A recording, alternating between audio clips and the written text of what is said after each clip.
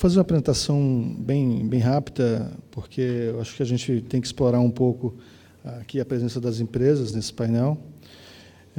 Vou me apresentar, meu nome é Charles, eu trabalho no Síndico Telebrasil. O Síndico Telebrasil é uma entidade, é um sindicato que agrega hoje operadoras móveis e fixas. A gente está falando da TIM, Telefônica, Oi, Claro, algumas de abrangência regional, como a Sercontel e Algar. Temos também a GVT e a Embratel, que fazem parte do nosso sindicato. Eu vou passar aqui algumas mensagens, alguns números do setor, para mostrar para vocês o tamanho do desafio que é esse trabalho em específico, que é a implantação de IPv6 no ambiente das prestadoras. Depois a gente passa pelos nossos palestrantes aqui, que vão apresentar um pouco das dificuldades e também do que é implementar IPv6 nesse ambiente. Acho que é na seta aqui. Bem, essa aqui é uma mensagem que a gente é plataforma para a prestação de serviços, de vários serviços que tem hoje. Esse próximo slide aqui, ele só mostra quais são os serviços que a gente tem, não tem um caráter aqui exaustivo, é só exemplificativo mesmo. Esse material já está disponível para vocês no site do evento.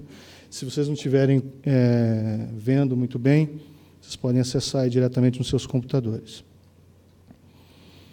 De que esse primeiro número, a gente tem hoje 367 milhões de clientes. Esse dado é de setembro de 2014. E, ao lado, a gente tem a distribuição desses clientes. Grande parte deles está dentro dos celulares, cerca de 278 milhões. E a gente tem um crescente associado também na banda larga fixa. Aqui é um jargão mais regulatório. Quais são os serviços perante a Anatel que necessitam desse tipo de recurso e que hoje a gente tem empresas representadas aqui? São dois serviços específicos, todos prestados em regime privado, um que é o serviço móvel pessoal, que é o que a gente tem aí sendo fornecido pela Telefônica, pela Oi, pela TIM, pela Claro, e várias outras empresas que também trabalham no âmbito da banda larga fixa. Bem, aí começam os desafios. A banda larga continua crescendo rápido. Aqui tem um dado que nos últimos 12 meses ela cresceu em torno de 56%. Aqui, de novo, eu exploro um pouco aqueles números do setor. A gente está falando hoje de 174,4 milhões de acessos em banda larga. Aí tem uma distribuição aqui no slide para vocês entre móvel e fixa. Vocês podem ver que a cota da móvel é muito superior à da fixa. Cerca de 1,8 novo acesso ativado por segundo em 2014. O tráfego já foi falado aqui numa apresentação anterior, que ele vem crescendo exponencialmente. Eu acho que eu vi isso num material, acho que foi no vídeo da Cisco, rapidamente fazendo menção de que o tráfego cresce mesmo. Então, isso gera necessidade de recursos, também de maior recurso, e de investimento em infraestrutura por parte das prestadoras. Esses dados são da Cisco. Como eu falei para vocês, todo esse material está disponível no site do evento. Smartphones. Há um crescente também no Brasil da comercialização e venda de smartphones e tablets. Aqui é um número que mostra que o Brasil hoje é o quarto maior mercado mundial de vendas de smartphones e um dos 10 maiores de tablets do mundo. Então, e aí, essa mensagem aqui para mim é muito significativa de que agora, no final desse ano, o número de tablets deve ultrapassar o de notebooks em unidades vendidas. Bem, isso aqui foi uma mensagem que a gente tirou de alguns jornais, mostrando que o brasileiro ele não desliga nunca, ele está sempre conectado à internet. Isso faz com que, de novo, haja realmente uma vertente muito grande de investimento em infraestrutura que suporte esse tipo de uso, bem como prestar um serviço com qualidades aceitáveis. O mercado hoje, o mercado de telecom, ele é altamente regulado. A gente tem várias situações e várias condições que que são impostas por regulamentação específica. Então, a gente tem que tentar ajustar essas necessidades todas dentro desse ambiente. Mais uma mensagem em relação à questão que o brasileiro não desliga nunca. 95% dos brasileiros usam o Facebook pelo menos uma vez por semana. 93% veem vídeos em dispositivos móveis, smartphones, aí é o grande carro-chefe. 90% jogam games e 87% checam notícias. E aí, ao lado, tem um comparativo do Brasil com os Estados Unidos para alguns desses serviços aí. O Brasil é disparado, tem um uso disparado em relação aos Estados Unidos em alguns desses serviços. Falei um pouquinho de infraestrutura, né? Então, todo esse composto, toda essa volumetria de usuários e de uso de tráfego de dados tem que ser suportado por uma infraestrutura capaz de atender essas demandas e necessidades. Isso com qualidade, dentro da qualidade exigida e colocada pela Anatel para a gente o tempo todo, e a custos cada vez menores, né? As empresas lançam produtos que provêm velocidade de banda larga cada vez mais altos, e os custos vêm caindo ao longo do tempo. Aqui mais um dado: os brasileiros navegam em torno de 29,7 horas por mês, 7 horas a mais do que a média mundial, e hoje o Brasil possui a 5ª maior audiência digital do mundo, com 68,1 milhões de visitantes. Isso é dado de fevereiro de 2014, pode ter sido... Acho que é até importante fazer uma atualização disso aí, porque já tem um tempinho que a gente recebeu essas informações. Bem, agora vamos falar um pouquinho de IPv6. Ano passado, nesse mesmo painel, a gente também foi chamado aqui a participar e discutir. Havia um sentimento de que...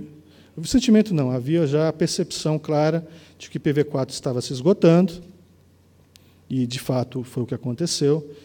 E havia um temor, por parte de alguns atores aqui presentes, e também, de uma forma geral, de que poderia haver um grande colapso no processo da internet, né? A gente, por conta dessas situações e por conta do que foi colocado pelo Moreiras, até pelo Parágio aqui da Abranet, nós já vimos discutindo esse tema há bastante tempo, desde 2012, segundo os grupos que foram criados aqui no NIC. Algumas tentativas também foram feitas, não só a utilização do que eu vou falar agora, que é o uso da plataforma do NAT, mas outras soluções também foram pensadas, só que também no ambiente do grupo isso acabou não evoluindo. A gente sabia que existiam alguns movimentos e algumas regiões que buscavam recursos de outras regiões para tentar suportar o uso do recurso do IPv4 em algumas delas. A gente tentou trazer essa ideia para aqui, mas, infelizmente, também essa solução não foi aprovada dentro do ambiente do LACNIC. E aí temos o que vocês já sabem, que já foi dito aqui desde cedo, que a gente teve esse recurso esgotado, né? Temos uma solução hoje que foi implementada de forma temporária, a partir das discussões que foram elaboradas nesses grupos, com o NIC-BR, com a Anatel, de que hoje as operadoras contrataram, elas têm essa solução da plataforma de CGNAT. É um custo, todo mundo sabe que é um custo, que dentro de um certo tempo ele vai ter que ser descontinuado e vai ter que ser observada uma nova visão em cima do que é IPv6. Mas esse custo ele foi absorvido e está sendo utilizado pelas operadoras. Aí tem aqui uma mensagem sobre a questão do uso do NAT, que eu acho que tem técnicos aí que eu não preciso nem reforçar esses pontos. Bem, vocês vão perceber aqui nas apresentações que foram feitos testes em cima das soluções possíveis para que a gente pudesse dar continuidade nesse modelo, garantindo aos nossos usuários a continuidade dos seus serviços na mesma ou melhor qualidade já sendo prestada. A gente sabe que é uma solução temporária e que vai ter um prazo de utilização que ainda está indefinido. Ao longo do dia de hoje, vocês viram algumas entidades apresentando alguns prazos já estabelecidos. por conta das suas particularidades. Vimos o caso da FEBRABAN, que já está buscando um caminho também, com algumas ideias, algumas definições claras de prazo. Vimos uma apresentação do Ministério acho que foi do MPOG, falando sobre como é que ela deve construir o processo todo de implementação de IPv6 dentro do governo. Eu percebi lá que a gente está falando de algo em torno dentro do governo Dilma ainda, dentro dos próximos 4 anos, porque o prazo final lá que se almeja é 2018. Né? Anteriormente, também no painel, nós tivemos a apresentação de um cronograma mostrando datas específicas que estão sendo acordadas e discutidas com a Anatel e com as prestadoras para atendimento, para que a gente consiga implementar o IPv6. Então, isso tem sido discutido. Eu vi aqui também o Parágio falando sobre a questão dos provedores de conteúdo, falando que eles também estão imbuídos desse caminho, estão imbuídos nesse caminho, né, da gente buscar essa implementação, mas existem dificuldades também para o lado deles. O Port ID é uma dificuldade, pequenos provedores é uma dificuldade, investimento nesses pequenos provedores é uma dificuldade. Do nosso lado também há dificuldades. Acho que essa é a mensagem. Bem, essa aqui também é uma mensagem que já foi mencionada, é só um reforço. A gente não está falando de uma transição, na verdade, é uma ruptura, né? Eu saio de um modelo e entro num outro modelo. Então, o IPv4 não é compatível com o IPv6, a gente já explorou muito esse conceito. Não estamos sozinhos, dependemos de outros atores, de governo, dos provedores de conteúdo, dependemos também das ações que o CGI tem nos apoiado e nos ajudado em relação a isso. Dos fabricantes, tem uma ação da Anatel específica para fabricantes, tentando trazer o fabricante para esse contexto também. Então, é um conjunto de pessoas e de entidades imbuídas num objetivo comum. E eu acho que essa é a mensagem principal do nosso setor para essa reunião. Aqui é só o reforço do que eu acabei de comentar, que é o nosso compromisso de que a nossa oferta de IPv6 nativo ocorra em todos os grandes centros até junho de 2015. Isso foi colocado pela Anatel aqui na apresentação. Aí tem um disclaimer, né, tem uma observação em relação a isso. A gente tem esse comprometimento, ele está associado também com a questão da oferta do IPv4 sem compartilhamento. Aqui é um outro registro também em relação a isso, onde a gente cita que é uma particularidade também com relação ao CPE. Não adianta eu ter a infraestrutura pronta se meu usuário, no caso móvel, não tem um smartphone que permita ou um conteúdo que ele possa acessar que permita. Tudo isso tem que acontecer. Ele tem que tentar, ele vai acessar um site do governo, ele tem que conseguir. Se ele for acessar um home bank, ele tem que conseguir. Então, isso tudo tem que acontecer ao mesmo tempo. Meu tempo está acabando. Esse é o último slide, que é exatamente a mensagem que eu coloquei aqui. Enquanto a solução temporária do NAT 44 for necessária, a identificação unífica do usuário só será possível se, além do endereço de IP usado, for informado também a porta lógica de origem utilizada. Essa indicação teve uma discussão no painel aqui do Parágio, e é um caminho que a gente deve perseguir por conta da questão do sigilo. Eu agradeço a vocês aí pelo tempo e pela paciência. Eu passo agora para os nossos painelistas. Obrigado.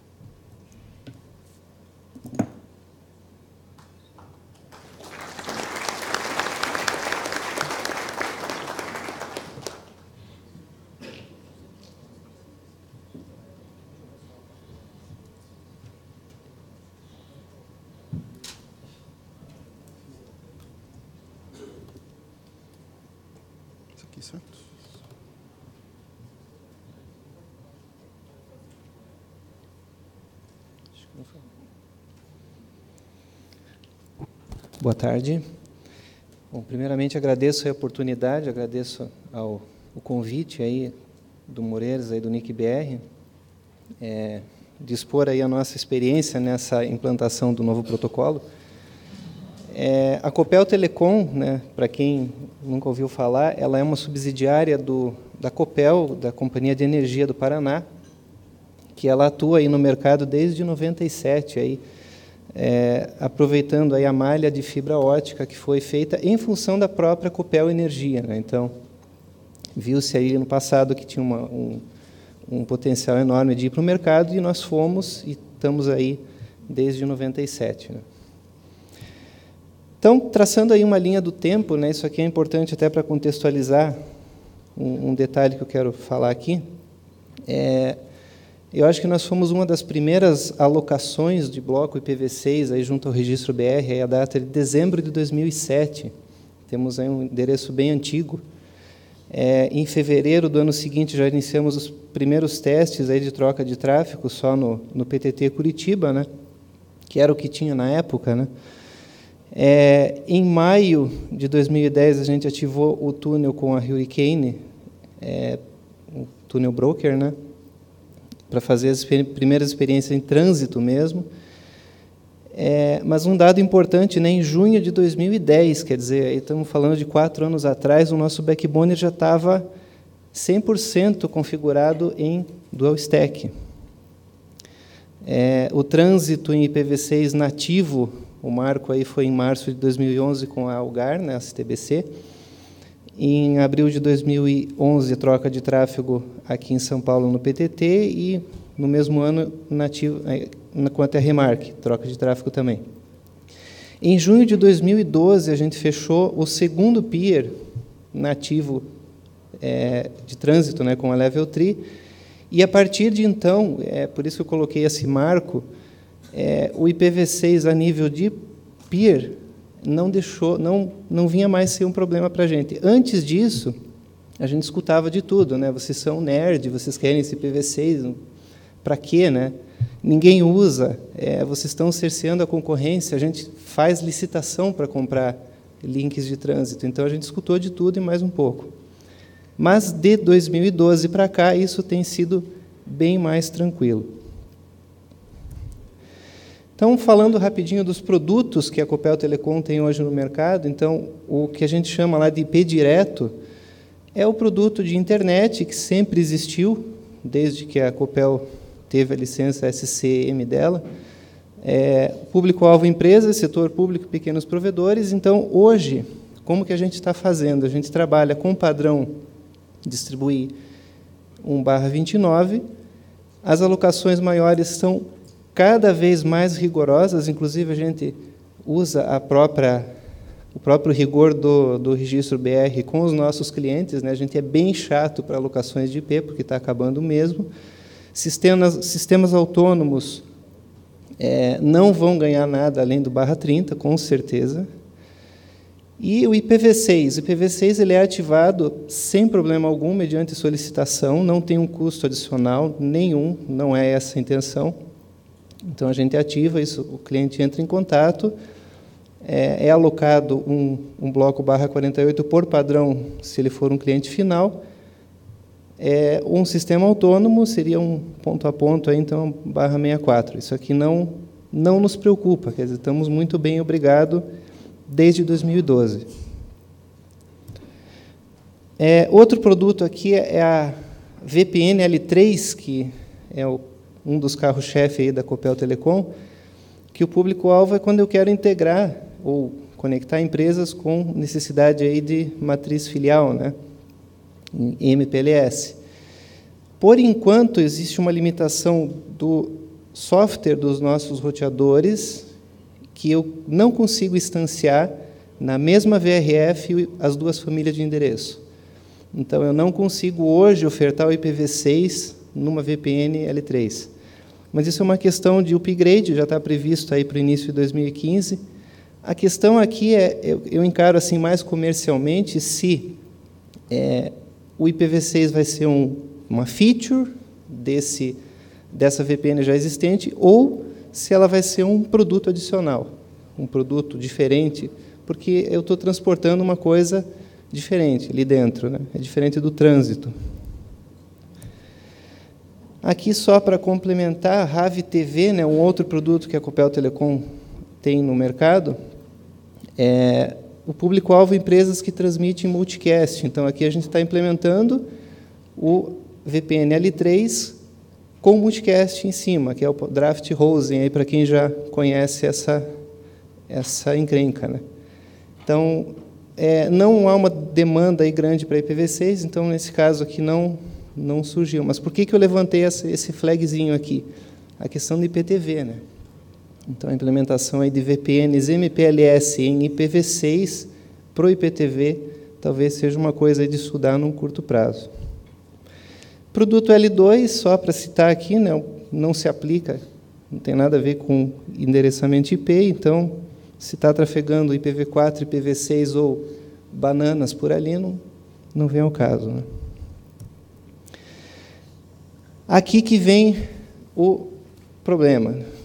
A Copel Telecom começou em 2012, 2 anos atrás, um produto voltado a pequenas e médias empresas e cliente residencial banda larga, banda extra larga, o BEL, como é conhecido ali no pessoal do Paraná.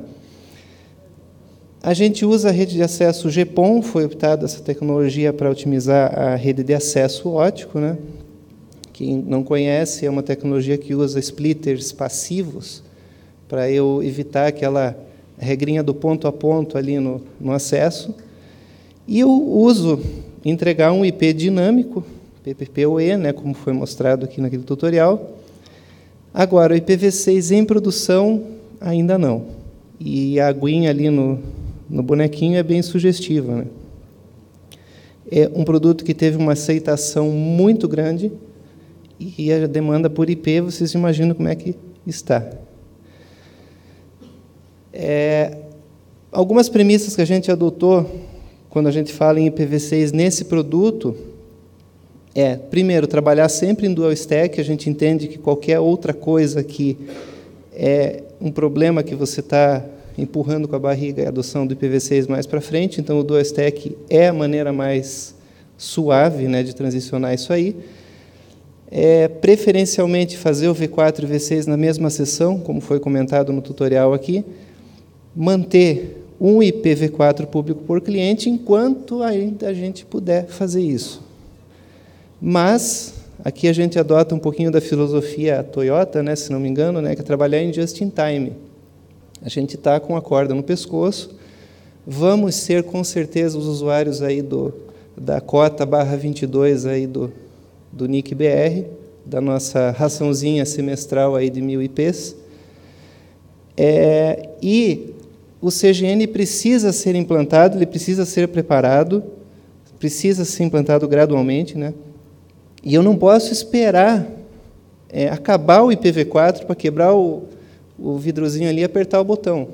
Eu considero assim, ele é um sistema de incêndio que eu tenho que construir antes, bem antes, inclusive, de esperar acabar o IPv4.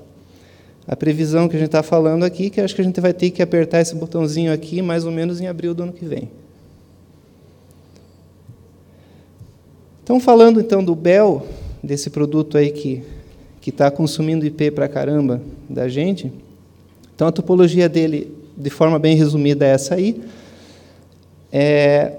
Eu tenho elementos de agregação, que a gente chama, que é o BRAS, o Radius, o SRC e mais outros servidores de apoio aqui que não estão documentados, mas o Radius fornecendo a autenticação, os IPs e a bilhetagem também, e o SRC, que é o cara que vai definir os planos que o usuário vai ter. Então, o cara que contratou 20 MB vai ter o plano 20, o cara que contratou 100 MB tem o plano 100 e assim por diante. Quem define isso aí é o BRAS junto com o SRC. E no lado do acesso, como eu comentei anteriormente, a gente trabalha com o GPON. Então, eu tenho no lado dos POPs as OLTs e no lado dos clientes as ONTs, as terminações aí de fibra, né? Então, a gente trabalha estamos falando aqui de um FTTH. Então, basicamente, o que eu já comentei, os servidores Radius, os BRAS e o SRC, cada um tem sua função aí. Falando agora dos problemas ali que a gente teve em cada uma delas, né? Então, Radius, tratando da autenticação e dos IPs, foi necessário um upgrade, mas nada que fosse do outro mundo, né? As versões antigas não suportavam. Aqui a gente trabalhou bastante com a questão de banco, então foram vários alter tables, aí como um colega comentou de manhã, para guardar informações, e os atributos aqui que já foram bem comentados aí pela equipe do IPv6.br, que tiveram que ser mudados e adaptados para trabalhar com o IPv6. Mas aqui, tudo tranquilo. Aqui começaram os problemas, né? BIRAS e SRC. Então, a plataforma que a gente utiliza é a Juniper, como BIRAS E320, e esse equipamento não implementa policies para IPv6, muito menos agrupada. Então, quer dizer, me quebrar as pernas aqui que eu não consigo definir que plano que eu vou aplicar para um usuário em IPv6. Um usuário 20 MB, eu não tenho como garantir aquele 20 MB para ele. Além disso, algumas instabilidades que a gente notou ali com travamentos de placa, enfim, até no próprio fabricante tem alguns reportes disso. E quando a gente contatou a Juniper, eles disseram o seguinte, que a linha E é ultrapassada, a solução migre para uma linha MX, que é o que está acontecendo nesse momento lá na Copel. O outro lado, né, olhando o acesso, aqui a coisa fica um pouco mais complicada. Os nossos CPEs, eles estão embutidos dentro das ONTs, né, então, aquele conceito de RG, Residential Gateway. Eu tenho na mesma caixa o CPE e a terminação ótica do GPON. Os nossos players hoje são Huawei e Zone, nenhum tem suporte IPv6, nada, nem uma técnica de transição, nem um túnel, nem dual stack, nem nada. Huawei, ela não nos ouve, até se alguém da Huawei estiver aqui, por favor, se manifeste, né? Dizem que a Huawei, a gente tem que achar a pessoa certa lá dentro, a gente não encontrou ainda essa pessoa, né? Se tiver aí, por favor. E a Zone, não, a Zone ela foi um pouquinho mais além, ela até forneceu um firmware beta, mas trava, ele perde configuração, ele é instável, então, quer dizer, não consigo ainda colocar em produção, nem nessa plataforma Zone, que é o nosso segundo player. Mas, assim, eu não podia parar os testes, né? A ciência não pode parar, né? O que a gente podia fazer? Vamos transformar, então, essa OLT em modo bridge. Puxa, mas aí não é legal, a gente perde receita, né? Tem um monte de CPS, de ONTs compradas, que tem uma falha aqui, a ONT. Tem um monte de ONT compradas, eu vou perder a funcionalidade de RG, vou perder autoprovisionamento e vou ter que colocar um CPE depois dessa ONT, o que não é legal. Então, o que a gente fez? Bom, para continuar os testes, vamos trabalhar com CPE TP-Link, vamos compilar caseiramente aí uma versão de OpenWRT, né? O colega Márcio Miguel, lá da Copel, aí, trabalhou arduamente nisso, e isso funcionou muito bem. É o que a gente tem hoje de case de sucesso. Só que eu pretendia fazer um piloto disso com o usuário real. Até a minha intenção era estar hoje aqui contando para vocês essa experiência, só que eu não pude, em função desses problemas aí, a gente teve que adiar esse piloto aí para o ano que vem. Então, assim, em produção eu tenho poucos casos aí que eu consigo atender, transformando a ONT em modo bridge e colocando um CPE depois. Então, esse aqui é o último slide que eu coloco aí algumas dúvidas, muitas delas a gente até já viu aqui de apresentações anteriores. CPEs que não suportam IPv4 e IPv6 na mesma sessão. Então, tem esse Netgear, aqui até quem tiver curiosidade coloca, é o bambambam dos CPEs, né? Parece até o capacete do Darth Vader lá. O cara não suporta V4 e V6 na mesma sessão, só que ele é um CPEzaço, né? Então, o que é isso? Uma implementação fraca? É uma tendência? Não sei. O D-Link, nas versões mais novas, já suporta. Isso é uma coisa boa. E a questão do tamanho de prefixo, mas isso aí é uma questão mais religiosa, filosófica, né? E aqui os gadgets aí que eu coloquei IPv6 na minha casa e o Smart TV está IPv4, né? Daí o que eu vou fazer? Jogo fora a televisão, compro outra. O Chromecast também está só em IPv4. A geladeira, né? Não sei se alguém tiver alguma geladeira aí, procura ver se está em IPv6. Duvido, né? E é isso aí. Sem me estender, seria o recado aí que eu tinha para dar. Obrigado.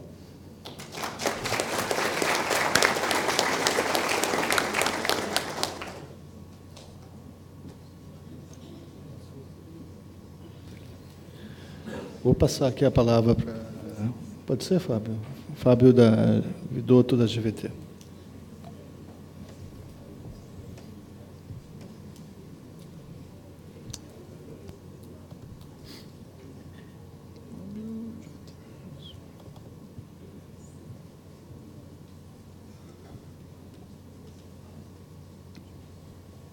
Boa tarde, meu nome é Fábio, eu sou da Engenharia Dados de Operações da GVT, sou um dos responsáveis pela implementação do IPv6 no cenário retail e venho dar uma boa notícia que IPv6 está acontecendo sim. A gente tem trabalhado fortemente na implementação do IPv6, a gente vai ver que isso não é tão simples e fácil. Vou fazer uma pequena introdução sobre a GVT, uma empresa brasileira com atuação desde novembro do ano 2000. Oferecemos serviço banda larga de ultra velocidade, TV e telefonia fixa. Somos transparentes e respeitosos no relacionamento com os nossos clientes e com a comunidade.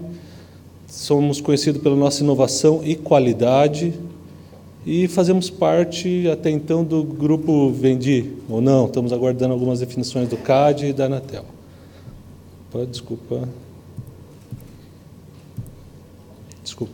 Somos autorizados a prestar serviços de telecomunicações em todo o território nacional. Estamos presentes em 156 cidades e 20 estados. Temos 18 mil funcionários e continuamos em plena expansão. Mantemos a nossa planta atual e crescemos ano a ano. GVT estuda IPv6 desde 2009. Desse grupo de estudo saiu algumas das principais definições. Para o nicho corporativo, a gente vai usar Dual Stack como técnica de transição, mais fácil. E alocaremos para o WAN, um ponto a ponto /127, com a reserva do 64. E na LAN, utilizaremos DHCPv6, alocando um prefixo /60 com a reserva do 48. No mundo retail, vamos continuar com o PPPoE, aplicando Dual Stack. Para o WAN, um prefixo de /64 via Slack. Para LAN, 64 via DHCPv6, isto hoje. Futuro, nós vamos mudar para /56. A alocação será via pool local no BRAS ou através do IPAN. E vamos utilizar o protocolo de roteamento BGPv6. Um pouco do nosso status, como estamos, né? No backbone, a gente transporta PV6 via 6PE. Nós fazemos trânsito em todo o backbone desde abril de 2011. Temos 36 peers em Dual Stack, 18 conexões com PTT em Dual Stack e 3 soluções de cache desde julho de 2014 em produção. Isso ativo em produção é essa característica da nossa rede hoje. Para o mercado corporativo, a gente teve vários esforços. Testar, homologar e definir uma configuração dos roteadores de distribuição. Homologamos 3 modelos de CPE, ativamos nossos servidores de DNS em Dual Stack, adequamos ferramentas IPAN, de inventário e de provisionamento de serviço. Definimos e escrevemos alguns procedimentos técnicos, como em DNS, delegação no registro BR, ativação de clientes e troubleshooting. Capacitamos as nossas equipes de CO, de COC, CRM e regionais.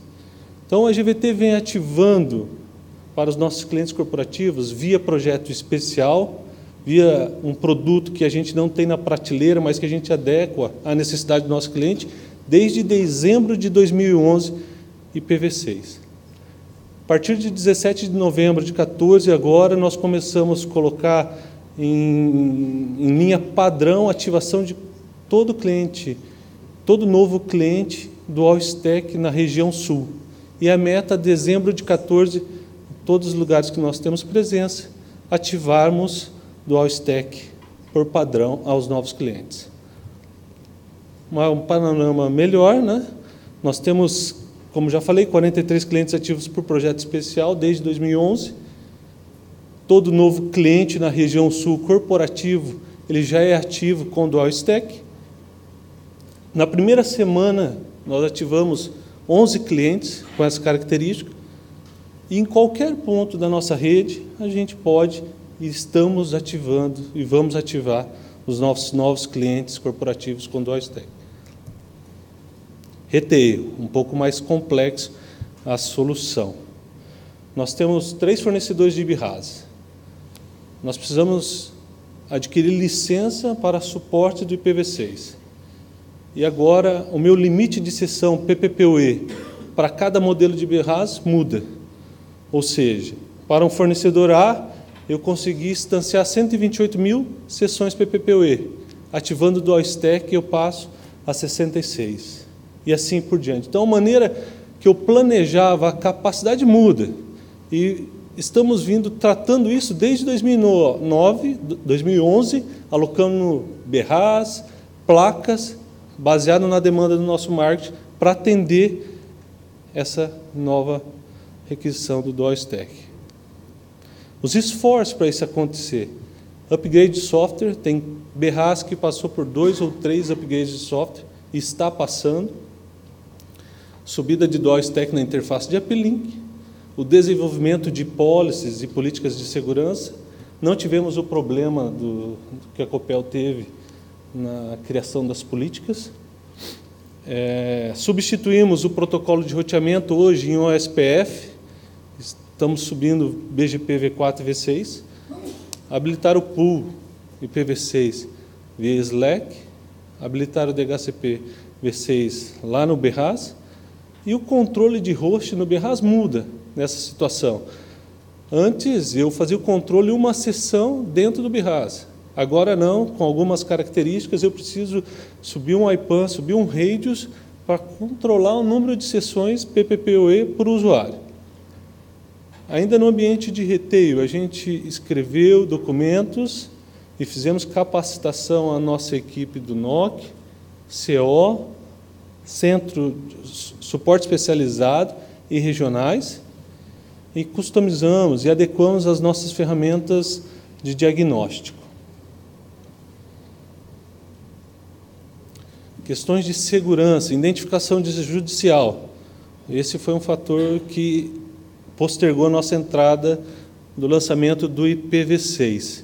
A GVT não usava o pacote tipo Interim Update de account como registro das sessões PPPoE. Somente Start Stop é necessário para eu saber quem estava usando, a hora e data daquele cliente. Com o IPv6 isso muda de figura. Eu preciso adotar o pacote Interim Update, é nele que é informado qual é o prefixo V6 do DHCP, alocado pelo DHCP V6 e pelo Slack. Então, nós tivemos que adequar o nosso sistema de radios, nosso sistema de BI e o nosso sistema de identificação judicial. Dentro dessa questão do Interim Update, nós adotamos fazer alguns filtros. Eu só registro em disco o bilhete interim, onde eu tenho algumas razões específicas. Então, registro. Quando o cara recebeu o IPv6, eu faço o registro desse bilhete. Quando ele liberou aquele IPv6, eu registro e acabo não registrando os inteirinhos gerados por determinado período. Ainda nesse contexto, nós fizemos os testes e vamos ofertar serviço de IPv6 fixo brevemente e não tivemos problema nem com o nosso servidor redes, nem com os nossos berras na alocação, tudo funcionou corretamente. Tivemos que fazer o upgrade da plataforma de Lawful Interception. É necessário, caso exista uma solicitação judicial para fazer uma interceptação de um usuário e este usuário esteja trafegando IPv6 e é esse conteúdo que a polícia, o órgão necessita, é necessário um upgrade dessa aplicação. E um panorama real hoje da nossa rede. Nós temos 8 BRAS em produção, ofertando Dual Stack aos nossos clientes. Estamos com 51 mil clientes possíveis ao recebimento de Dual Stack, 13 mil clientes com Prefix Delegation alocado até ele. Isso acontecendo em 2 modelos de BRAS, em 2 cidades diferentes. Isso já desde junho. Em outubro, eu peguei uma amostragem do tráfego gerado, chegamos aí num pico de 700 mega e não tivemos nenhuma reclamação. A nossa meta é atualizar e começar a fornecer o Dual Stack a todos os clientes até julho de 15. Estamos com tudo pronto. Agora a dificuldade é levar isso para operação. O tempo para eu adequar um BRAS, em média, é 4 horas, com alto risco de eu ter que fazer rollback da atividade, porque em algum cenário, no modelo de BRAS específico, isso é crítico, é complicado. Então, essa é a demora. Falando dos nossos CPEs, né, dos clientes retail, quando nós ligamos a chave no BRAS para fornecer Dual Stack, 19% dos nossos clientes subiram Dual Stack de imediato. Uma grande parcela não subiu, e fomos verificar. Então, identificamos que 30% desses clientes que estavam atrás do BRAS, existe problema de software no CPE, está em fase de correção. 1º de janeiro, a nova versão é liberada. 19% desses CPEs nossos estão em fase de desenvolvimento de software. Em julho de 2015, sairá a nova versão. E 26% desses clientes que não subiram Dual Stack está em fase de análise. Para os nossos novos clientes, hoje 82% dos nossos móveis fornecidos suportam Dual Stack e 18% desses modos serão adequados até julho de 15. É isso. Obrigado.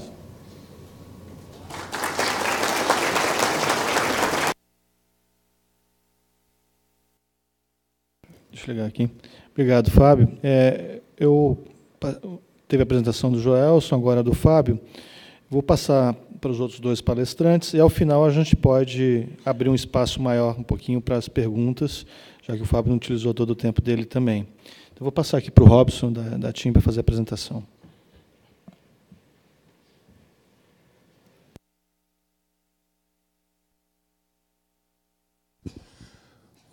Aproveito enquanto o Rodrigo está acertando a apresentação lá do Robson, para convidar vocês a acessarem o site do IPv6BR/fórum e preencherem o formulário de avaliação do evento, ao final do painel, ou ao final do evento, como preferirem. Agora, se já tiverem uma avaliação, podem começar a preencher. Mas é bastante importante para a gente que vocês preencham essa avaliação e nos informem aí a adequação ou não do evento, aí, as expectativas de vocês, tá bom? Olá, pessoal, boa tarde. É a segunda oportunidade que a gente tem de estar aqui participando desse fórum com vocês. A gente queria agradecer a organização do NIC e a oportunidade de estar trocando experiência. Tem sido muito enriquecedor ver a apresentação dos colegas, tanto a parte de Content Provider quanto a parte também das operadoras. A gente vai aproveitar também, aproveitando que participamos de 2 fóruns de IPv6, também fazer um comparativo. O que mudou de 2012 para cá 2014. Vamos falar também da parte do NAT, é um ponto que realmente a gente teve que fazer um investimento significativo para viabilizar novas conexões. Foi objeto da nossa última apresentação o porquê da preocupação do NAT, porque vocês mesmos aqui reforçaram a tese de que o avanço do número de smartphones e as aplicações ficam 100% do tempo conectadas, o avanço da internet das coisas, então, a gente sempre vislumbrou um crescimento de conexões simultâneas muito grande, né? Então, isso foi apresentado no fórum anterior e a gente realmente percebe que a introdução do NAT foi um ponto importante e necessário, né? Então, falando da nossa agenda, contexto PV4 e PV6, vamos falar um pouco do desenvolvimento do projeto PV6 na TIM, a descrição da solução bem alto nível, né, que a gente apresentou uma coisa um pouco menos de detalhes, os desafios do IPv6, algumas estatísticas da TIM Brasil e a estratégia de transição do IPv4 para o IPv6.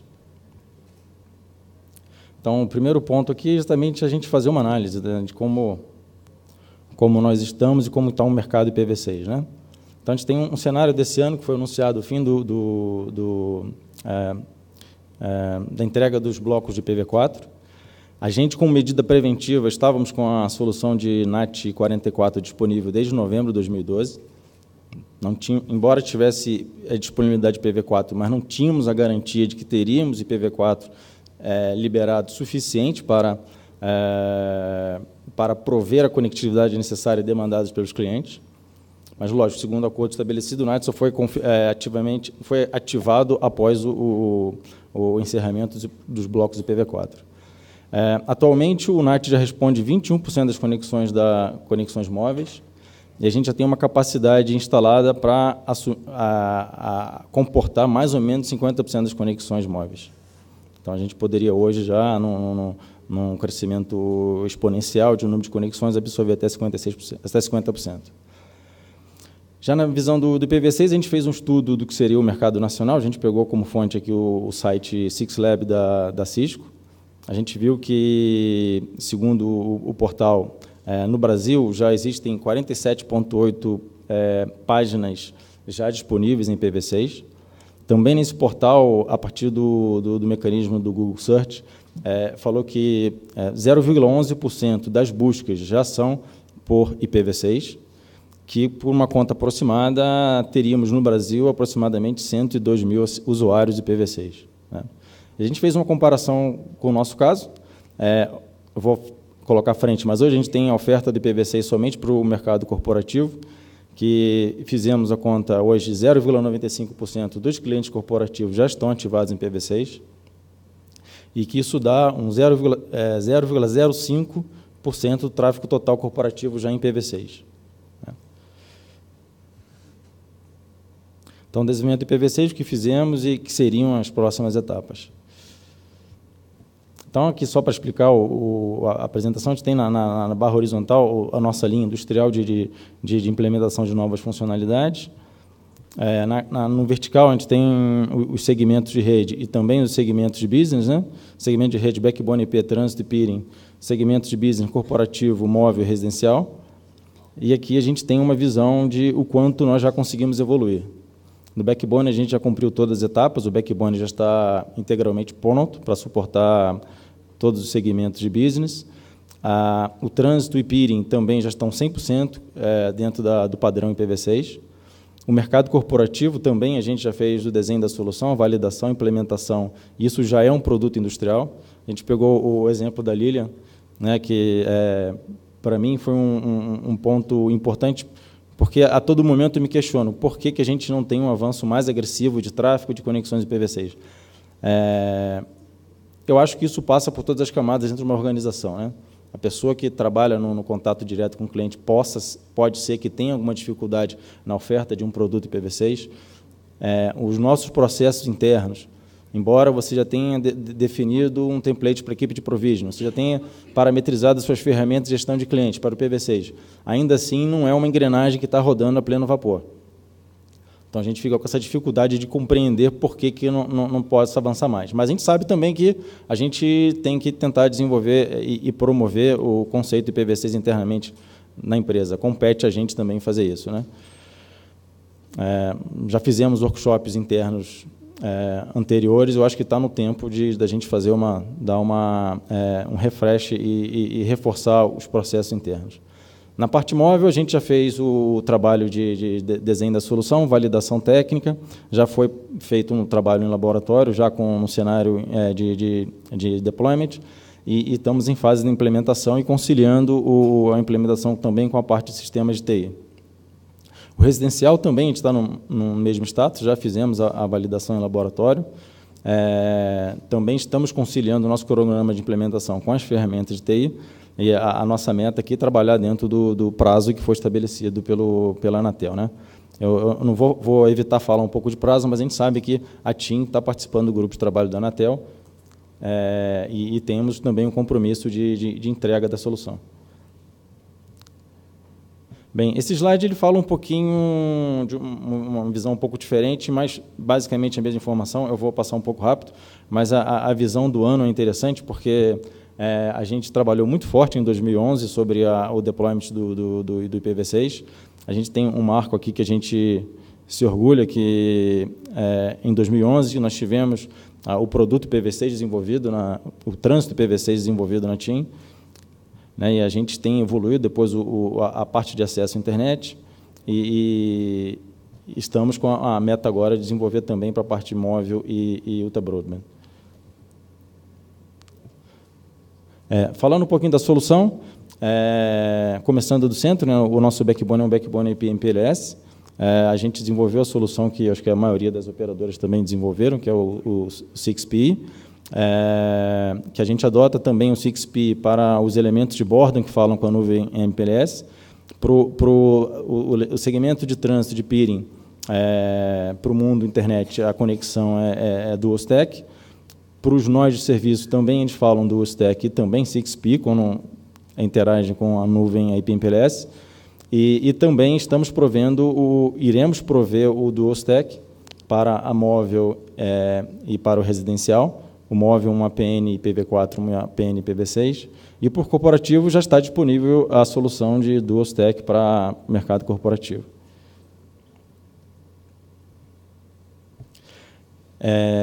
A gente apresentou esse slide também em 2012. Esse mapinha que a gente pegou o símbolo do IPv6 Brasil, basicamente são pontos onde temos um roteador que atende a conectividade clientes corporativos que já estão implementados em IPv6. Então, essas 21 localidades são pontos de presença IPv6. Então, sem precisar fazer nenhuma adequação de rede, a gente já pode imediatamente atender a um cliente corporativo nessas localidades. Com a ressalva daquela questão processual que eu coloquei aqui, né? A gente espera que seja tudo rápido, tudo funcione, mas a gente sabe que temos que ainda sensibilizar todas as áreas quanto ao IPv6, né?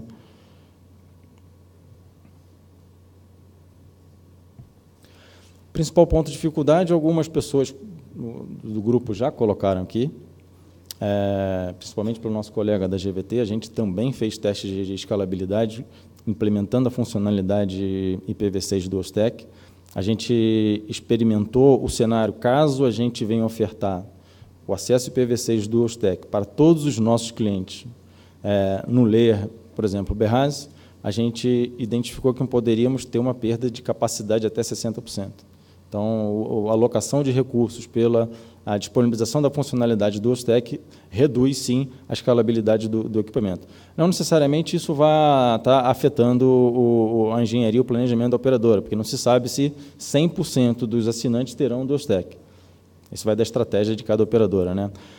Mas a gente sabe que se você optar por oferta do IPv6 em um único Berraz para todos os clientes, certamente a sua capacidade vai ser afetada, né? E aqui o outro ponto que a gente colocou que seria a introdução de um novo protocolo na rede, né? A gente identifica que é um incremento de complexidade de configuração. Você tem uma complexidade de troubleshooting. Hoje o tráfego IPv6 é pequeno. Ele não é um grande problema. Assim como o nosso colega da GVT colocou, a gente como engenharia, às vezes, no caso de escalonamento, reclamação de cliente chega para a gente não teve ainda uma reclamação de cliente do IPv6, mas eu acho que isso se deve, provavelmente, ao sucesso de implementação, mas também ao fato de que temos uma redundância, né? Talvez ele não consiga acessar em IPv6, mas ele consegue acessar em IPv4, e essa reclamação não acontece. Então, eu acho que ainda o IPv6 é um fator de complexidade que a gente ainda não conhece. Acho que a gente vai conhecer quando o tráfego passar a ser numa proporção similar do IPv4 ou ainda passar a capacidade de tráfego do IPv4, né? Impacto na estabilidade da rede. A gente, após implementar o IPv6 na rede, presenciamos duas falhas no tráfego IPv4 por conta de uma funcionalidade IPv6. Então, a gente viu que a solução, o desenvolvimento de funcionalidade IPv6 nos equipamentos ainda não está totalmente amadurecido, né? E reforçando a questão da complexidade do gerenciamento, alguns colegas aqui colocaram também, e foi perguntado como é que você faz o gerenciamento de tráfego do IPv4 e IPv6? Como é que você gerencia o control plane e o data plane? Então, a nossa visão é que você dobrou sua rede, você criou uma segregação, né? Você passa a ter um tráfego IPv4, IPv6, você vai ter que fazer o troubleshoot no IPv4, IPv6, você vai ter uma reclamação do cliente, você não sabe se ele acessou em IPv4, se ele acessou em IPv6. Isso hoje não é um problema que ainda é muito perceptível, mas é importante que a gente fique atento a isso, né? Um ponto também relevante, que seria o desenvolvimento das equipes técnicas. A gente também teve a oportunidade de desenvolver o treinamento do NIC.br lá na TIM, isso se deu em 2011, então a gente agradece mais uma vez.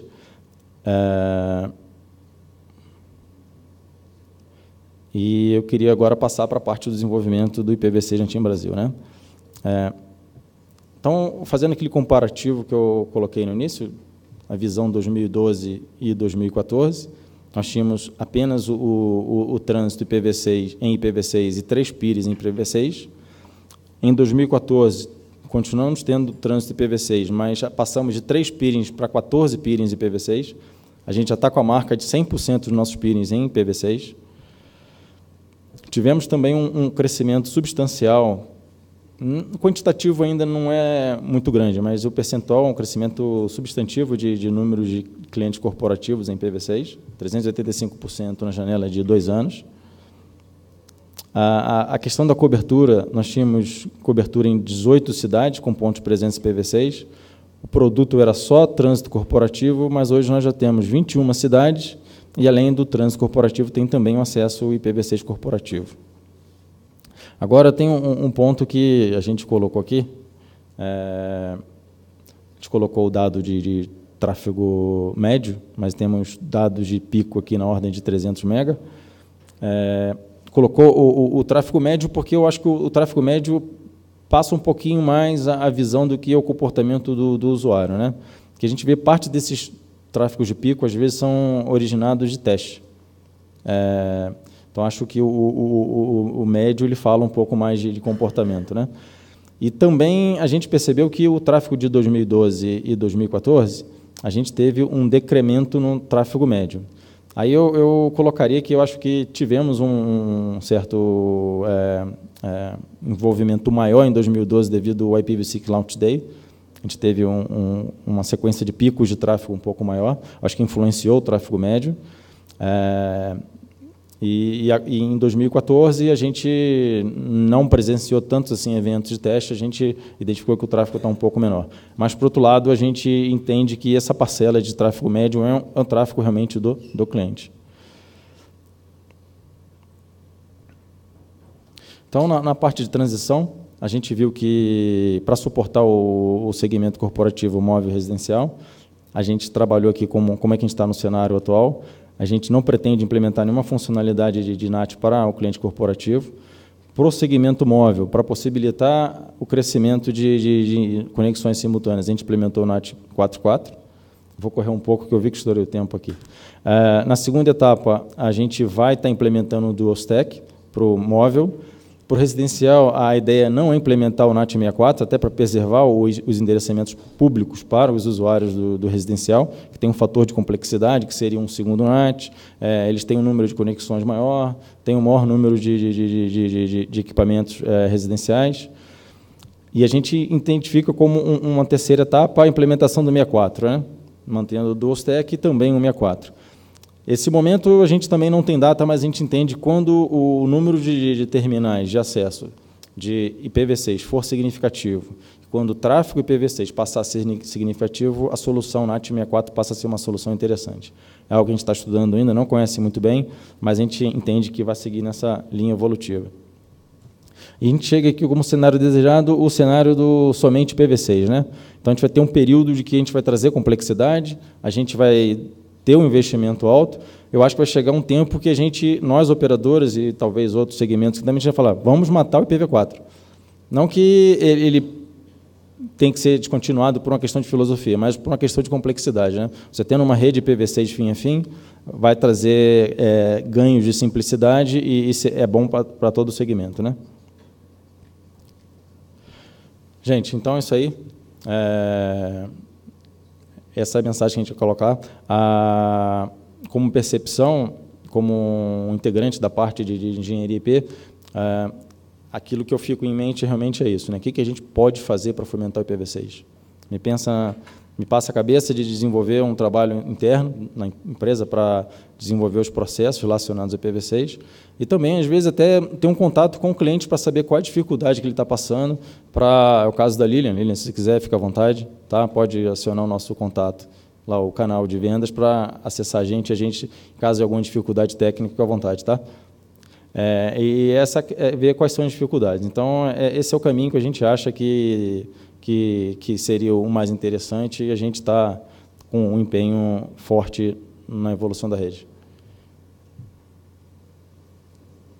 Fechou.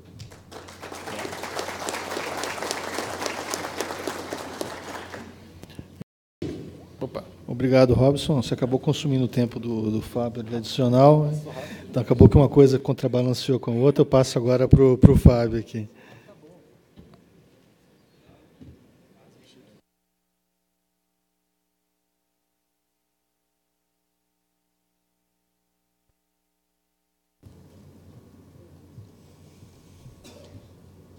Bom, pessoal, boa tarde. Meu nome é Fábio Scartoni. Eu sou responsável pelo planejamento de rede IP da Vivo e vou falar um pouco de como é que a gente está na implementação de IPv6.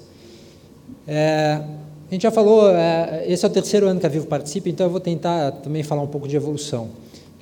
A gente tem diversos serviços hoje que estão relacionados com IP, banda larga fixa, banda larga móvel, trânsito, internet, VPNP, IPTV, tem diversos serviços que a gente precisa começar a se preocupar com IPv6. E quando a gente começa a se preocupar com IPv6, cada um desses serviços tem uma complexidade diferente, atinge elementos diferentes, às vezes redes diferentes, então é um trabalho bastante grande e muitas variáveis em cada um desses pontos, tá?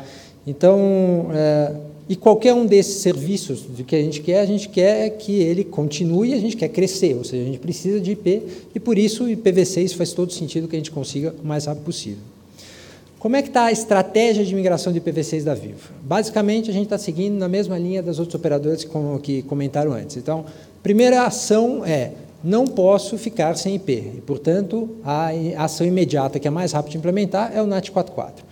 O NAT 4.4 foi implementado esse ano, do jeito que a gente tinha previsto nesse mesmo evento aqui no ano passado, foi implementado de uma maneira que fosse rápida e que tivesse o menor impacto possível, principalmente para que tinha muita preocupação em quanto esse NAT iria afetar a conexão dos nossos clientes e quanto que isso iria afetar o andamento, a qualidade de cada um dos serviços. Então, eu vou contar um pouco para vocês de como é que foi, que estratégias que a gente adotou para reduzir esse impacto.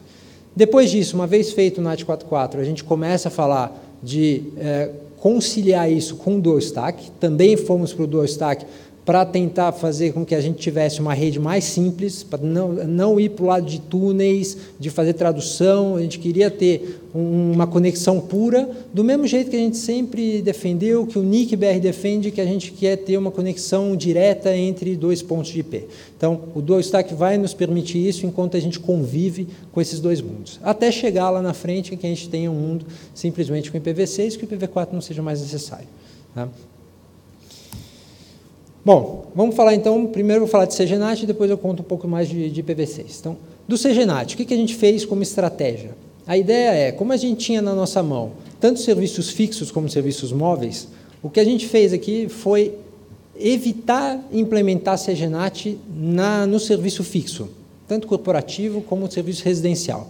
Então, a gente alocou o CGNAT para o serviço móvel e transferimos IPs públicos do móvel, fizemos mais CGNAT do que precisava na móvel e transferimos IP públicos da móvel para a fixa. Com essa estratégia, eu simplesmente não preciso colocar CGNAT na fixa. Isso me reduziu o tempo de implementação, eu consigo melhorar a experiência do usuário, faço uma migração para o IPv6 que é mais suave, tenho menor investimento em CGNAT, ganho velocidade na implementação, tenho menor custo operacional, porque agora as pessoas que olham, fazem troubleshooting, diagnóstico dessa rede, não tem essa variável CGNAT no modo fixo, e tem uma rede mais simples. Tá? Mas por que isso realmente dá algumas vantagens importantes? Por que a gente escolheu a móvel para colocar o CGNAT? Por algumas razões.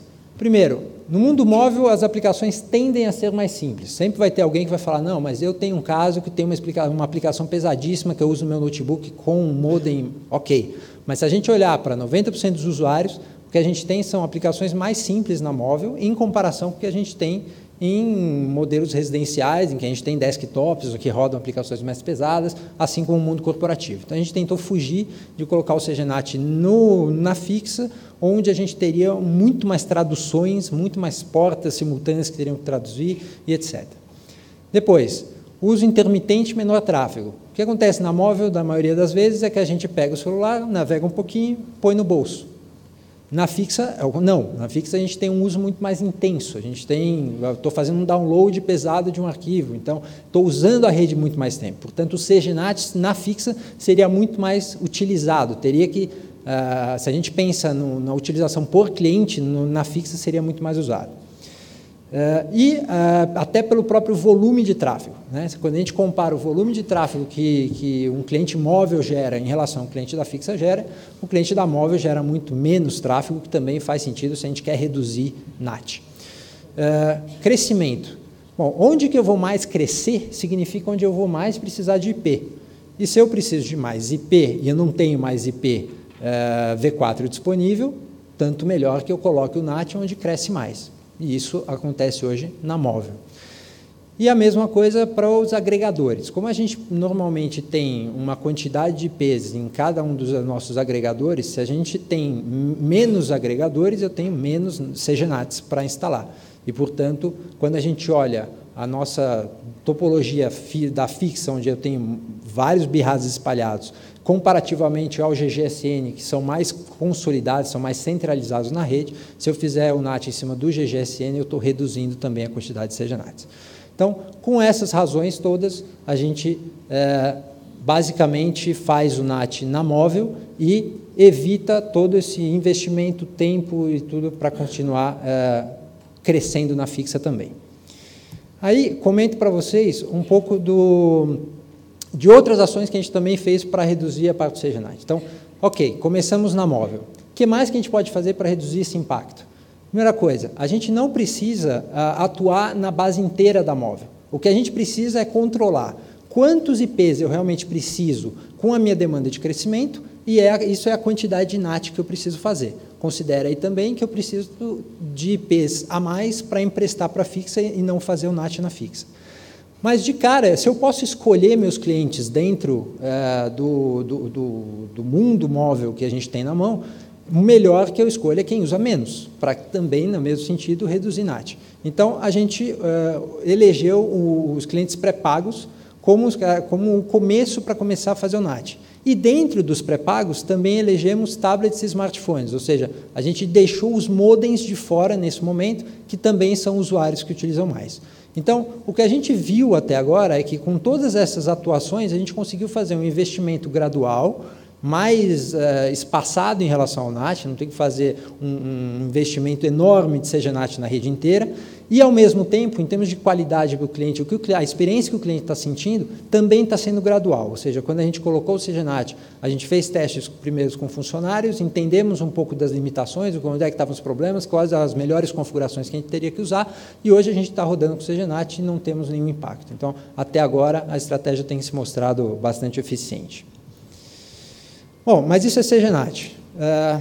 A gente precisa falar de IPv6, como eu deixei muito claro aqui no ano passado, não é, e o Charles comentou isso no começo da nossa apresentação, que não é nem de longe o objetivo da gente sobreviver com NAT. Até porque, quanto mais a gente cresce, a gente quer crescer, quanto mais a gente cresce, mais a gente tem que crescer o NAT. Isso significa mais investimento em cima do CGNAT, que não traz nada em termos de experiência do cliente, que não traz nada em termos de receita, é simplesmente um custo. Tá? Então, é uma sobrevivência que a gente precisa, vai naturalmente morrer e vai nos ajudar na transição. Bom, falando de IPv6, como é que a gente está hoje olhando o mundo, olhando a internet como um todo?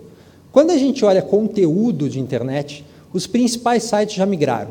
Então, o que a gente vê, na hora que a gente consegue colocar um cliente navegando em IPv6, o grande acesso, os sites mais populares, que todo mundo gosta de usar, já temos grandes partes deles compatíveis. Então, na tabelinha aí do lado direito, vocês podem ver os principais sites, que são os top 10 hoje que são acessados no Brasil, e desses sites, 7 já estão prontos navegando em IPv6. Mas, quando a gente olha usuários que efetivamente conseguem acessar esse conteúdo, aí já são muito poucos. Então, se vocês olharem no mapa aí, as regiões mais escuras são os locais onde já tem mais usuários prontos para acessar. E o Brasil está branquinho. Tá? Então, é aqui que a gente vai trabalhar, e esse vai ser o ano do IPv6. Ou seja, a gente trabalhou muito em 2013, 2014 para começar a deixar essa rede pronta, e como vocês estão vendo na apresentação de todos nós aqui, 2015 é o ano que efetivamente a gente vai começar a botar todo esse trabalho na rua, e esses marcadores vão começar a mudar. Mas se a gente olhar, alguns itens aqui são bastante interessantes. O Brasil aumentou significativamente, apesar de ter um valor baixo, ele aumentou significativamente, a gente passou de 0,05% para 0,1% dos usuários que já estão acessando sites em IPv6, e alguns países já trocaram de ordem. Por exemplo, a Bélgica, que nem aparecia no top 10 no ano passado, agora passou a ser a primeira da lista. Tá? Aqui na América Latina, o Peru está sendo muito elogiado com o que eles têm conseguido fazer de IPv6, e já foram para a 5ª posição no top 10. Então, alguns países têm mostrado alguma experiência, a gente tem acompanhado bastante o que cada um desses caras estão fazendo. Um número que é importante aqui é ver que, assim, nos Estados Unidos a gente tem um número de 10%, Bélgica quase 30%, e não é um número tão distante para a gente também ir buscar. Falando de estratégia de implementação, o que a gente decidiu? Então, eu comentei, a gente foi para o lado do Dual Stack, tá? Por uma questão de escalabilidade, a gente, pelos testes que a gente fez, pelos todas as experiências que a gente estudou pelo mundo, a gente viu que as principais operadoras, quem tinha muito tráfego, foi para o lado do Dual Stack, isso principalmente na Ásia, onde tem muito usuário usando, onde os smartphones explodiram no começo da década. Então, foi por ali que a gente se baseou, e também optamos por Dual Stack desde 2011. O NAT continua, e ele vai ser uma ferramenta de transição, e a ideia é que a gente tem, então, com o Dual Stack, como a gente não tem mais IPv4 público, que acabou no meio desse ano, o que se faz é, basicamente, a gente vai dar um IPv6 para o cliente e um IPv4 privado. Na hora que o cliente tentar acessar um site que já é compatível, usa o IPv6. Na hora que ele tentar utilizar um site que ainda está em IPv4, ele vai usar o IPv4 privado, usa o CGNAT para traduzir para um IPv4 público e acessa o site que ele precisa. Então, o CGNAT ele sai do modelo 4.4 e entra no modelo de transição para que até que a gente chegue no IPv6 final. Só que o Dual Stack, a gente tinha muito essa preocupação, desde o começo que a gente tomou essa decisão, em relação à compatibilidade de dispositivos. São poucos, eram muito poucos, continuam sendo poucos, mas melhorou, a quantidade de dispositivos que são efetivamente compatíveis com o CGNAT. Então, a gente fez um levantamento na nossa rede para mostrar para vocês como é que estão esses números hoje. Tá? Se a gente falar hoje de banda larga, a gente hoje tem, na móvel, são 79 milhões de dispositivos, a gente tem 4,7% que já são compatíveis com o Dual Stack. Um número pequeno, verdade, mas uma evolução bastante significativa em relação ao que a gente tinha no ano passado, que esse número é, se não me engano, 1,5%. Tá? Então, está crescendo, a gente já viu aparelhos não só mais de alta gama, mas já tem aparelhos de média gama que já são compatíveis com Dual Stack, e a gente já está conseguindo chegar de todos os aparelhos que a gente homologa, 72% já são compatíveis, ou seja, a gente está fazendo muita força para não homologar equipamentos que não sejam compatíveis. Nem todos são possíveis, alguns a gente por demanda de mercado, porque os clientes gostam muito do aparelho, a gente não consegue simplesmente barrar os equipamentos não homologados, mas já 72% de tudo que entra na planta já é compatível com 2TAC. Isso é um número que já nos dá uma tranquilidade importante. Mas melhor do que isso é que na banda larga fixa e no CPE corporativo, que é um equipamento que a gente compra e, portanto, a gente decide qual equipamento vai usar, não tem mais absolutamente nenhum equipamento entrando que não seja compatível. Então, portanto, na banda larga fixa, tanto no mercado residencial como no corporativo, absolutamente todo cliente novo que entra já tem seu CPE compatível com 2TAC. E aí, se a gente olha para o mundo residencial, que a gente tem hoje, são 15,8% que são compatíveis, e no mercado corporativo, 42%.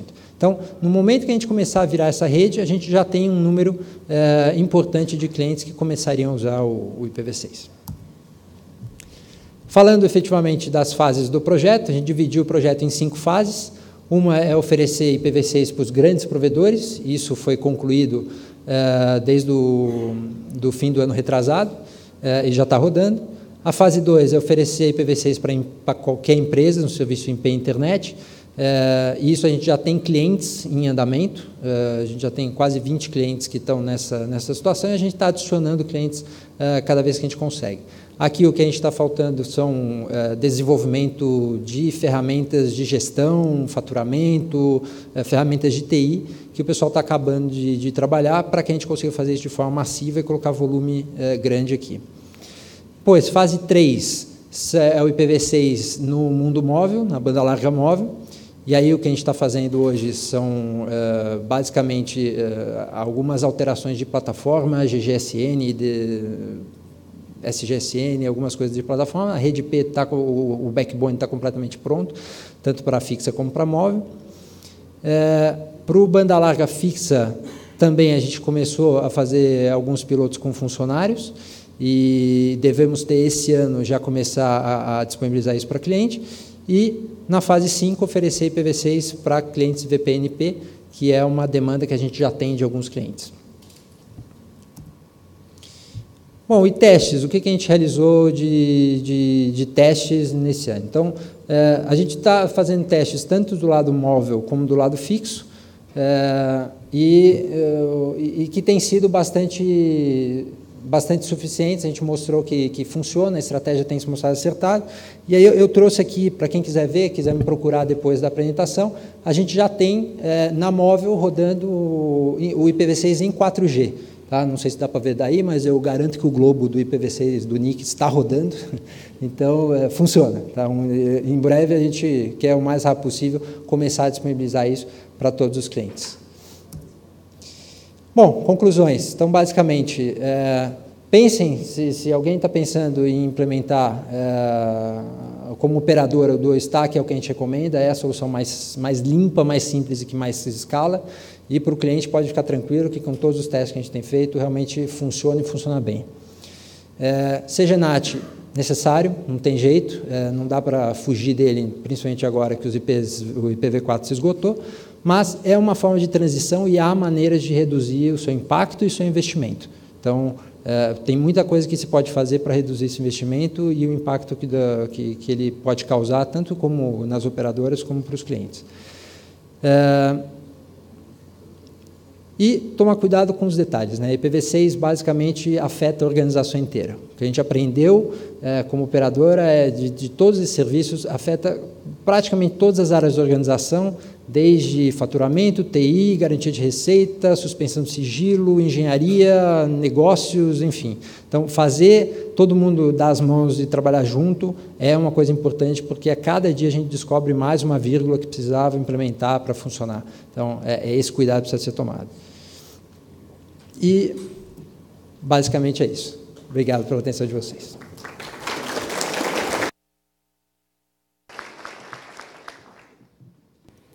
Obrigado, Fábio. Vamos abrir um espaço aí para as perguntas da plateia, pelo chat. Fiquem à vontade. Bom, enquanto o pessoal se anima, eu tenho duas. Na verdade, é uma pergunta e uma sugestão, né? A pergunta, em parte, o Robson, né, da TIM, já respondeu, sobre peering. Né, peering entre as operadoras. Há um tempo atrás a gente sabia que a situação do peering em IPv6 entre as operadoras estava um pouquinho ruim. E agora tem o Robson citou que todos os peerings da TIM, pelo menos, já estão com o IPv6 habilitado. Eu queria saber se as outras operadoras podem falar um pouco disso daí, de como está essa situação em geral. E o pedido é se vocês não podem pensar um pouquinho também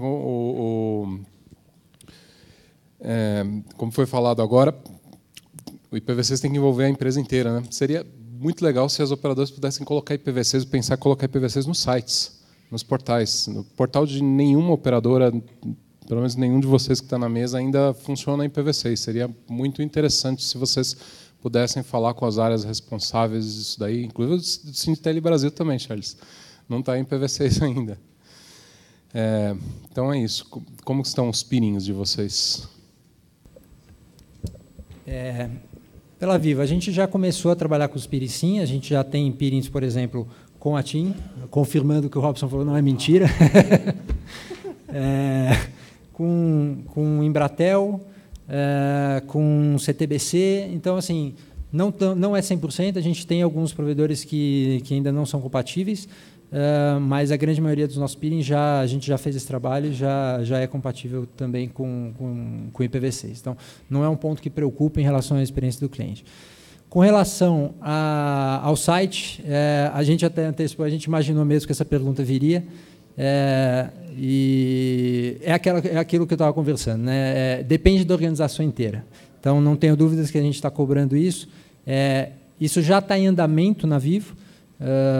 Dentro do que eu estava comentando, tem uma parte bastante pesada de ferramenta de gestão de TI, efetivamente, e dentro dessa adaptação de ferramentas de faturamento, etc., o site também está sendo implementado. Então, a gente espera que esse ano ainda a gente tenha o site da Vivo em IPv6. Fábio, você quer comentar? Com relação aos peerings, não estamos com 100% em IPv6. Eu acredito que estamos em 70%, mas com os principais peerings já temos essa dual stack, essa conexão estabelecida. Com o site da GVT também já recomendamos isso ao IT e estamos mobilizando a empresa.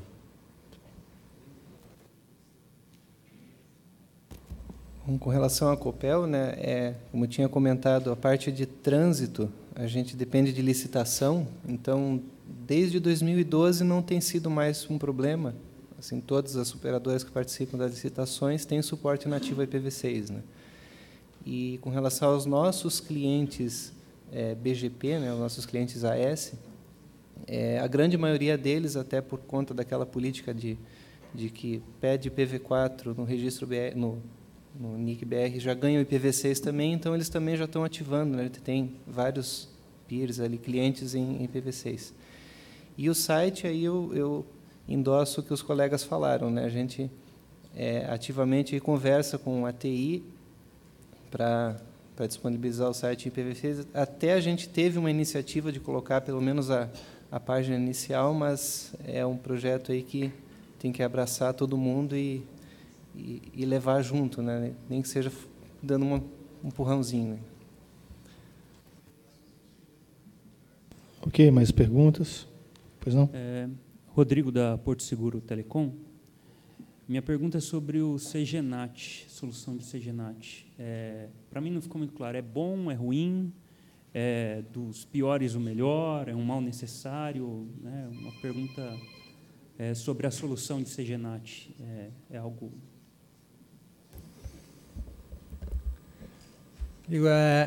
Se ela for boa, ela tem que ser transparente. Mas eu diria que o CGNAT hoje é um mal necessário. A gente precisa do CGNAT para continuar crescendo, ou a alternativa disso seria, olha, novo cliente que quer entrar na nossa rede, não temos recursos para te atender. Isso a gente não pode aceitar. Então, houve muito teste, muita garantia de que tem que ser uma ferramenta que nos ajude a crescer e de forma totalmente transparente para não impactar o negócio.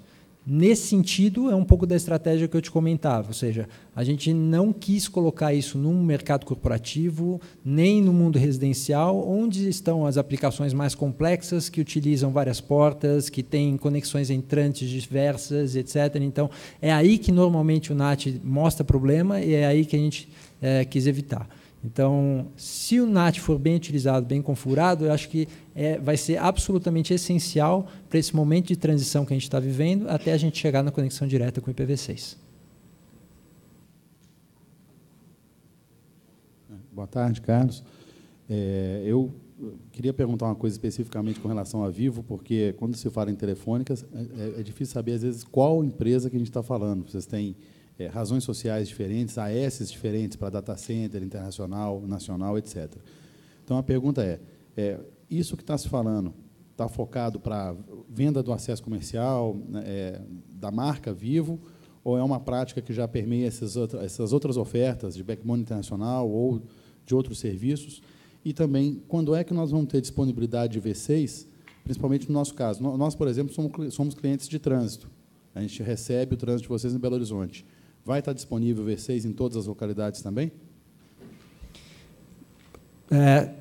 Eu estou falando aqui hoje pela Telefônica Vivo, que responde por todos esses segmentos que você citou. Tá? Então, a Vivo como móvel, a Telefônica como fixa, a Telefônica Empresas como mercado corporativo, é uma estratégia única que abrange todos esses segmentos de negócio que hoje estão sobre a empresa Telefônica Vivo. Tá? E, sim, a ideia é que a gente disponibilize isso em todos os locais onde a gente vende o serviço IP Internet, ele vai ter o V6 disponível. O que a gente está fazendo hoje para alguns clientes, a gente já conseguiu disponibilizar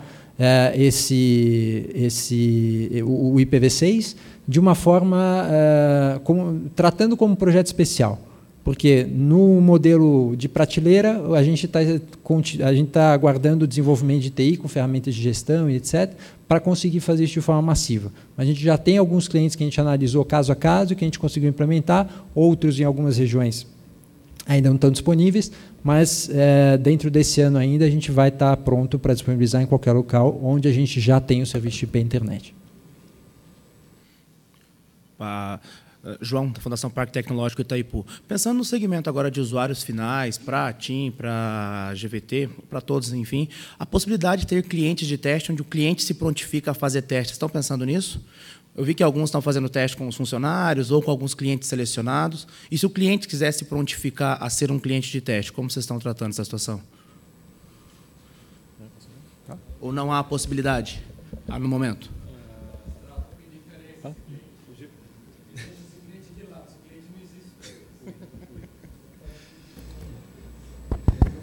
Oi, Fábio da GVT. Nós já encerramos nosso momento de teste ao usuário residencial final. Nesse momento, a gente está implementando em produção. Então, como eu apresentei, estamos já ofertando em 2 cidades. Aqueles números referem-se à Vitória e uma pequena parcela no Rio de Janeiro. Nesse momento, não estamos em teste. E, para nós, o esforço de fazer um teste, depende da localidade onde a pessoa está, é o mesmo esforço de eu ativar o Dual Stack para todo mundo que se conecta naquele BIRAS. Então, nesse momento, a gente tem que aguardar o cronograma de ativação, aí, localidade a localidade. Perfeito. Obrigado. No caso da TIM, para o lançamento do serviço Ultra Broadband, que é o Live TIM, a gente adotou a política do usuários amigos, né, que a gente chamou de alpha test, né, que seriam alguns colaboradores e também usuários que não são colaboradores. Para móvel, a gente talvez adote a estratégia da PN de teste só para colaboradores, né, como um primeiro momento. Então, acho que, respondendo diretamente a sua pergunta, acho que para fixo a gente vai conseguir, sim, viabilizar alguns usuários não colaboradores como um período de teste. Só daí, respondendo pela Copel, a questão de usuário corporativo, né, já é nativo, então daí não se falaria mais em testes, mas em produção. A questão do usuário banda larga, o acesso pequena, média empresa e residencial, por conta daqueles detalhes que eu comentei, esses testes aí a gente teve que adiar para o ano de 2015, né? Então a gente tem alguns upgrades engatilhados ali nas plataformas, principalmente do Behance, da questão das políticas, né? Que não foi possível com a plataforma atual, mas sim a gente estaria disposto a isso nas localidades onde eu consiga, ou seja, fácil eu trabalhar com CPE diferente daquele que é integrado na ONT. Né? Luiz Gustavo, da Universidade Estadual de Ponta Grossa. Alguns de vocês fizeram testes comentando dos CPEs. Na verdade, é mais uma questionamento pontual meu. Como que vocês estão tratando, isso não é sobre exatamente a infraestrutura, como vocês estão tratando a distribuição do DNS em V6, pensando no cenário que o usuário queira somente navegar em V6, ele desabilita o V4. Estão usando DHCP V6 no CPE, DNSSL, RDNSS, o que vocês estão fazendo, vocês não testaram, ou qual foi a solução adotada para obter os endereços DNS em V6, no caso do usuário estar somente com uma navegação em V6? Bom, falando da GVT, o nosso usuário, nesse primeiro momento, nunca vai, seção PPPoE dele nunca vai subir puro V6, né? Porém, a gente, no estabelecimento da sessão, a gente passa os dois DNS, V4 e V6, porque nós estamos garantindo conectividade fim a fim V6. Então, os dois DNS são passados e ocorre a resolução. Mas daí passa por... O CPE passa em DHCP V6, então? Eu passo dentro da option do DHCP. No Behance aí. Exatamente. Daí ele faz o provisionamento. Quem passa é o Behance. Quando estabelece a sessão PPPoE, e na fase de negociação do IPv4, pós IPv6, eu altero uma option na negociação do via Slack para ocorrer a solicitação do DNS V6.